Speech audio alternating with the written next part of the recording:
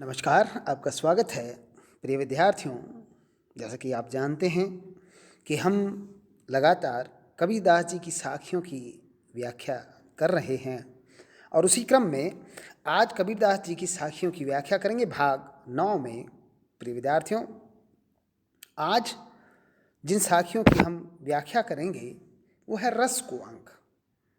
विद्यार्थियों, निर्गुण निराकार परब्रह्म को मारने वाले कबीर और विभिन्न संतों के यहाँ एक रस की बात कही गई है। रस कौन सा?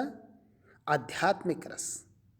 उस परम पिता परमात्मा निर्गुण निराकार राम परब्रह्म जो हैं, उनके आनंद में डूब जाना, वो जो रस है वह रस इस संसार के सभी रसों से अमूल्य है, श्रेष्ठ है और उस प्रकार का रस इस संसार में अन्यत्र देखने को नहीं मिलता। यही बात ये सभी संत अपनी वाणी में कहते हैं और इसी को अंगबद्ध वाणी के अंतर्गत रस को अंग में बांधकर अंगबद्ध करके प्रस्तुत किया गया है लगभग सभी निर्गुण निराकार संतों ने। उसी क्रम में आज हम कबीरदास जी ने जो रस को अंग में साखियाँ कही है उसकी व्याख्या हम यहाँ पर करेंगे। प्रिय विद्यार्थियों, हम आरंभ करें पहली साखी। कबीरदास जी कहते हैं, राम रसायन प्रेम रस पीवत अधिक रसाल, कबीर पीवण दुर्लभ है, मांगे शीस कलाल। बहुत सुंदर रूप में यहाँ पर प्रस्तुत कर रहे हैं। कबीरदास जी कहते हैं राम रसायन प्रेम रस। राम का जो रसायन है, समझ रहे हैं ना विद्यार्थियों, बड़ा ऐसा द्रव्य है वह। राम रसायन जो है वह कई रसों से मिलकर के एक नया ही पीने वाला रस बनाया गया है और वह जो राम रसायन है वह कैसा है? प्रेम रूपी रस है। पीवत अधिक रसाल, और जब उसे पीते हैं तो वह और अधिक रसमय लगता है, रस भला रखता है। रसाल से तात्पर्य और अधिक मधुर लगता है। कबीर पीवण दुर्लभ है, मांगे शीस कलाल। राम रसायन बहुत मधुर है लेकिन इसे पीना बहुत ही मुश्किल है। पीवण दुर्लभ है। कबीरदास जी कहते हैं ये बड़ा दुर्लभ है, हर किसी को नहीं मिलता। उस निर्गुण निराकार परब्रह्म की भक्ति, उसका आनंद हर किसी को नहीं मिलता, क्योंकि मांगे शीस कलाल। जो कलाल है, इसको बेचने वाला विक्रेता है। जैसे हम कहते हैं मादक द्रव्यों को बेचने वाला कलाल होता है, उसी तरह से इसे जो बेचने वाला है, इसे बेचने वाला गुरु होता है। और वह मांगे शीस कलाल, वह बड़ी अमूल्य चीज़ आपको दे रहा है, इसलिए वह इसके बदले में आपसे आपका शीस, आपका सिर मांगता है। कहने का तात्पर्य आपका जो अहंकार है, आपका जो अहम है, वह संपूर्ण आपका जो स्वयं है, वह सारा का सारा वह कलाल आपसे ले लेता है और इसके बगैर आपको वह नहीं मिल सकता। कबीरदास जी ने कहा भी एक जगह कि ये ईश्वर का घर, ये निर्गुण निराकार पर ब्रह्म का घर क्या है? वो कहते हैं एक साखी में कि यह तो घर है प्रेम का, खाला का घर नाही, शीस उतारे भुई धरे फिर बैठे घर माई। ये तो प्रेम का घर है, यह आपकी खाला का घर नहीं है। और इसके अंदर आने के लिए आपको पहले अपना शीस उतार करके ड्योंडी पर रखना पड़ेगा, उसके बाद आप अंदर आएंगे। यहाँ शीस उतार करके रखने का मतलब है आप अपने अहम भाव को बाहर रखेंगे, तभी आप इस परम तत्व के घर में प्रवेश कर सकते हैं। वही वाली बात कह रहे हैं कि कबीर पीवण दुर्लभ है, इसलिए बड़ा दुर्लभ है क्योंकि मांगे शीस कलाल। अगली साखी पर हम चलें। कबीरदास जी कहते हैं, कबीर भाटी कलाल की, बहुतक बैठे आई, सिर सौंपे सोई पीवे, नहीं तो पिया न जाए। जो अभी मैंने बात बताई कि कबीर भाटी कलाल की, जो भट्टी है जहाँ पर वो मादक द्रव्य बन रहा है, जैसे शराब की भट्टी होती है, और उसे पीने के लिए बहुत से इकट्ठे हो जाते हैं। यहीं पर बात करें, ये राम रसायन को पीने के लिए भी बहुत से इकट्ठी होकर के उस कलाल के पास, अर्थात उस गुरु के पास जो इसको देने वाला है, उसके पास इकट्ठे होकर के कई लोग इकट्ठे होकर के आ जाते हैं, लेकिन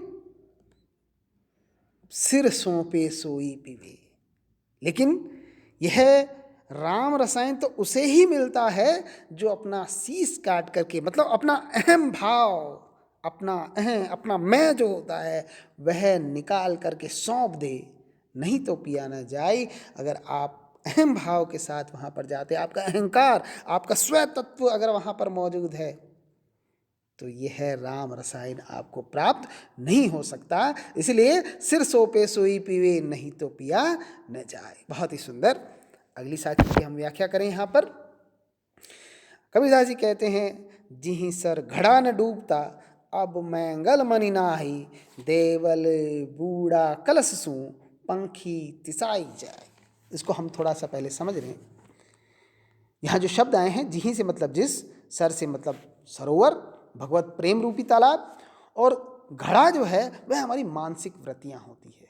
डूबता मतलब तल्लीन होना, और मैंगल से मतलब होता है मतवाला हाथी। मतवाला हाथी क्या होता है? हाथी के समान ही हमारा मन भी बड़ा मतवाला होता है। तो यहाँ मन की बात करी गई है। मली मल कर सारे विकारों को दूर करता हुआ देवली होता है मंदिर रूपी शरीर, और उसका कलश हमारा अहंकार, अहंकार रूपी शीर्ष, और पंखी मतलब चंचल मनोवृत्तियाँ, और तिसाई मतलब प्यासी ही चली जाती है। कबीरदास जी कहते हैं, जी सर घड़ा न डूबता।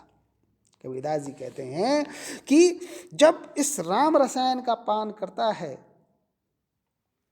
वह जीव, तो क्या होता है कि जिस तालाब में, मतलब वह तालाब भगवत प्रेम रूपी जो तालाब होता है, उसमें हमारी जो मानसिक वृत्तियों रूपी घड़ा होता है वह पहले डूबता ही नहीं था। पहले हम भक्ति की तरफ तल्लीन ही नहीं होते थे, आगे बढ़ते ही नहीं थे। अब मैंगल मनि नाई, अब तो मस्त मत वाले हाथी की तरह हमारा मन उसी में रगड़ रगड़ कर मल मल करके नहा रहा है।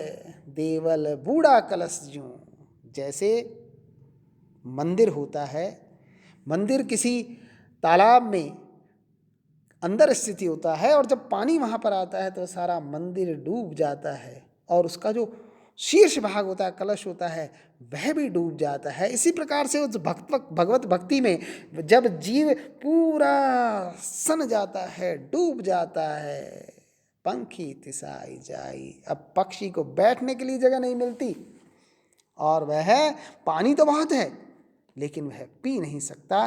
तो पंखी से मतलब यहाँ पर चंचल मनोवृत्तियाँ, जब यह शरीर डूब जाता है, इसका अहंकार डूब जाता है, तो इस शरीर की जितनी अभिलाषाएं होती है, जितनी चंचल मनोवृत्तियाँ हैं, वह प्यासी ही पुनः लौट जाती है। कहने का तात्पर्य, जब साधक परमात्मा में लीन हो जाता है तो उसकी सारी इच्छाएं, अभिलाषाएं उससे दूर हो जाती है। मतलब पंखी तिसाही जाई, पक्षी तो अब प्यासा ही लौट जाता है। बड़ा सुंदर यहाँ पर वर्णन किया है कबीरदास जी ने। अंतिम साखी की हम व्याख्या करें। कबीरदास जी कह रहे हैं, सबे रसायन में किया, हरिसा और न कोई, तिल एक घट में संचरे, तो सब तन कंचन होई। बहुत सुंदर। कबीरदास जी कहते हैं, इस संसार के सारे रसों का पान मैंने किया है, सबे रसायन में किया, सारे रसों का पान मैंने किया है, हरिसा और न कोई, लेकिन हरि के मतलब राम रसायन सा और कोई मधुर रस मुझे नहीं मिला। तिल एक घंट में संचरे, तिल एक मतलब तिल भर, तिल भर होता है, रंच मतलब मात्र, तिल भर मात्र अगर वह शरीर में संचरण कर जाए तो सारा का सारा शरीर ही कंचन मतलब सोना हो जाता है। एक तिल भर का भी अगर राम रसायन जीव के शरीर में प्रवेश कर जाए तो उसका सारा शरीर, उसकी काया कंचन हो जाती है। विद्यार्थियों, ऐसा भी कहा जाता है कि मध्यकाल में पारा आदि और ये जो बड़ी धातुएं होती थी, स्वर्ण तो बहुत ऊपर की चीज़ होती है, इन सब में कुछ रासायनिक द्रव्यों के संयोग से उसे सोना बनाया जाता था। तो वही वाली बात कबीरदास जी यहाँ पर उसे लागू करते हुए कह रहे हैं कि निकृष्ट धातुओं में जैसे थोड़ा सा संचरण करके इसे स्वर्ण बनाया जा सकता है, उसी प्रकार से इस मानव शरीर को, इस जीव में अगर राम रसायन तिल भर प्रवेश कर जाए तो यह काया कंचनमय हो जाती है, सोने जैसी हो जाती है। बहुत ही सुंदर व्याख्याएं, साखियाँ कबीरदास जी की। अब हम इसके साथ ही आज हम इसको यहाँ समाप्त करें। बहुत बहुत धन्यवाद विद्यार्थियों। अगली बार हम पुनः इसी भाग में आपसे साथ वापस मिलेंगे। तब तक के लिए